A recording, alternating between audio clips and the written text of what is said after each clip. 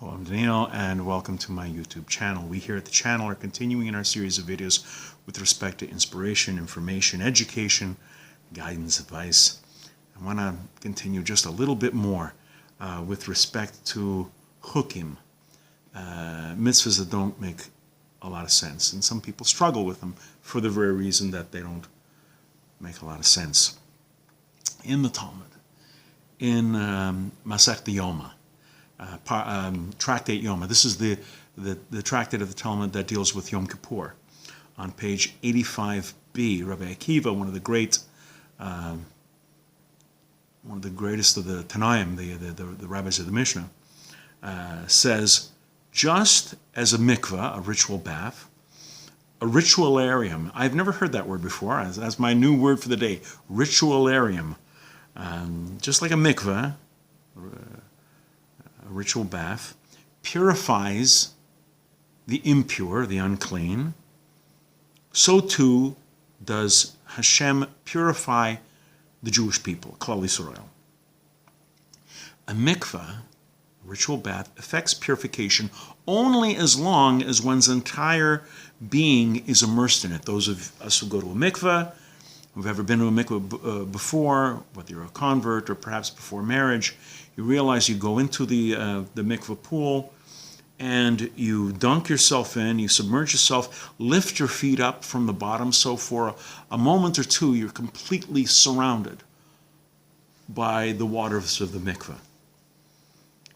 Even if one tiny part remains outside the water, the purification is invalid. Likewise, we are to subject ourselves totally to the Almighty, to the Creator, entering in His domain with our entire beings, just like we surround ourselves with the waters of the mikveh. Whoever views himself as distinct, separate, with his own mind and thought process, he in effect remains outside of Hashem. He's the little toe that sticks out of the water. We must surrender ourselves, acknowledging that we are nothing and our minds are nothing. Hashem and His Kedusha, His holiness, is everything. However He conducts the affairs of the world, whatever He commands is for the ultimate good. And it's not our place to question.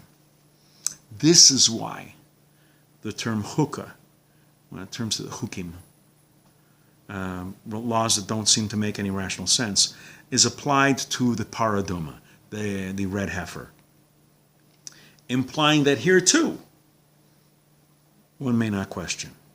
We are to believe that since Hashem, since the Creator made things happen in this manner, then this is the way it's supposed to be.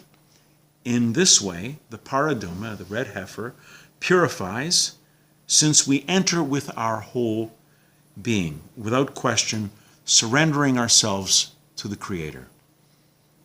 The paradoxical nature of the hukim, these commandments that don't appear to make any rational sense, and the unknowable nature of God's actions in the world, they are profoundly related. Both require a surrender of our autonomous reason and an absolute and total submission to the will of God. Accepting hukim, accepting these commandments, notwithstanding the fact that you don't understand them fully, you can't understand them fully. Talmudic sages for generations have pounded their heads trying to figure out, and they can't figure it out.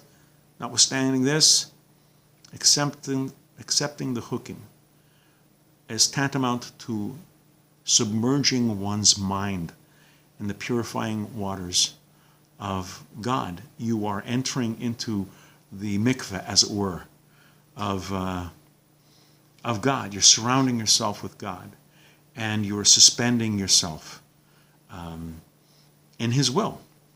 We're going to be doing more videos along these lines. Please come back. Please watch. Please learn. And until next time, I'm Daniel, and thank you too much.